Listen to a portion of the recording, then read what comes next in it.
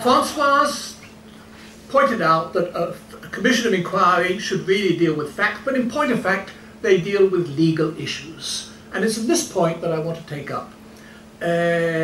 Because I feel to a certain extent commissions of inquiries, when they take up legal issues with Israel, they do it on the basis of Israel is sui generis, which, as you know, is not a form of Chinese cooking, but it means one at a time, one at a time.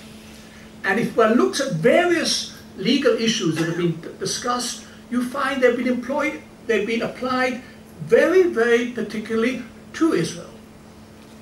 There's a recent report of the International Commission and Committee of the Red Cross, which Professor Kretschmer and I were working on reading, and it examines when does a law of occupation apply. And it's a very thorough legal study which says that in order for an area to be occupied, there must be effective control, and they even use the nice phrase, there must be boots on the ground. Very sensible, but by the way, this reflects international law. For an area to be under occupation, there must be boots on the ground. In other words, you must have your forces on the ground. At the end of it, it says, despite that, the Gaza Strip is still occupied by Israel. Why? Because it's sui generis, one at a time. And some of us asked the representative of the Red Cross, why is it? Well, you know, Israel is sui generis. We're one of a kind. Frankly, I would love to be one of the crowd occasionally and not one of the crowd. I've taken some other issues where I think we are sui generis, special law applicable to Israel. One of them is civilian, and this also follows on to something that Francois was talking about. Civilian casualties in times of war means you committed a war crime. Many civilian casualties means you committed a serious war crime. When I was studying law, one of the courses we had to do was Introduction to Psychology. And I remember something being taught there which stuck in my mind.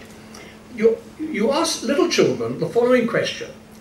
If a child deliberately breaks one plate, or another child accidentally breaks 10 plates, who is a naughtier child? And the answer depends on the maturity of the answering. An immature child will say, obviously the child who broke 10 plates is wickeder, he's the more naughty. The moment you get the child reaches a certain age of maturity, you'll realize that the child who broke accidentally is less naughtier child than the child who broke a fewer plates deliberately. And this, again, is the point Francois was making. The points of the law of war, what did you intend? Did you intend to kill civilians? Were you reckless? Were you even negligent? All of these can imply fault. But we have here, when it's applied to Israel, a completely different criterion. There are civilian casualties. It's irrespective of how careful you were, you are guilty of a war crime. And by the way, traveling, as all of us do here around the world, you see this, but you cause civilian casualties.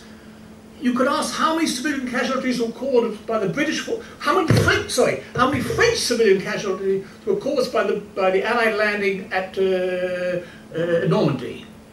Was this a war crime? But Israel is sui generis. Another rule that I found to be sui generis for Israel is proportionality. Now, proportionality is a legitimate rule of law. You must not cause disproportionate civilian casualties. But that's not what they're talking about. They said your military response was disproportionate to the military attack in times of armed conflict. There's a new rule being developed. If the enemy shoots at you with a rifle, you can only reply with a rifle if you're Israel. If you reply with a heavier weapon, that's disproportionate. This frankly goes against any rule of military strategy. You want to use disproportionate force. You want to get there with more force. You want to concentrate your forces so that on a particular place you have more firepower than the enemy. But if Israel is concerned, no, it's disproportionate. What other sui generis rules have I found? Self-defense is permitted against any attack, except where Israel is concerned, it must be an attack by a state. And we have this very strange decision of the opinion of the International Court of Justice on the war case, which explicitly said, no, Israel has no right. because we try to put an explanation of defense when necessary as self-defense against suicide attacks. And the interesting answer of the ICJ, the International Court, was, you have no right of self-defense because you were not attacked by a foreign state. The area is under your control, therefore you could arrest the people, but you could not, and they didn't even examine whether it was a legitimate act of self-defense, which, by the way, the Israeli High Court did. They said, look, it's a legitimate self-defense, and we have to check whether the damage to civilians in each case is proportional or not. The ICJ said, no. Sui generis for Israel. What else? Here I'm getting slightly political. Armistice lines. Now, it's a political decision whether we in Israel, with the Palestinians, will adopt the 67 armistice line as a political boundary. Each one of us has his own views, and that's not the issue. But to say legally it's a boundary exists only for Israel. In no other circumstance is an armistice demarcation line, which was created as a temporary line, somehow have the imprint of being a legal boundary. Only for Israel, sui generis. And again, I'm not going to the question whether we might adopt it or not. That's a political issue. But to say legally this is a boundary, when the Arab states, at their insistence, put into the armistice agreement that it's a temporary line, and it's not a boundary, and it's not a recognition, and they continue with that position, somehow it's been transformed into a political boundary. What other sui generis? We all know, if you hear information, Arab information, military occupation is illegal. It's become a byword. It's not so. Under the laws of war, military occupation doesn't sound attractive. I don't suggest we go and sell it as an Israeli contribution to world culture. It doesn't sound nice. And it has all the associations and implications of Europe. But it's not illegal. Under the laws of war, it is legal. The US occupation of Japan was not illegal after the Second World War, nor that of Germany, nor the recent US occupation of Iraq was not. In fact, it was approved by the Security Council. In point of fact, the Security Council has never called it illegal. That doesn't help us. You talk to anybody who say, "What these they go together." Legal Israeli occupation. What else? There's obvious people have a right to return to their country. However, this somehow has become a rule of international law that people have a right to return to the country where they never lived, where they're never citizens, including their descendants.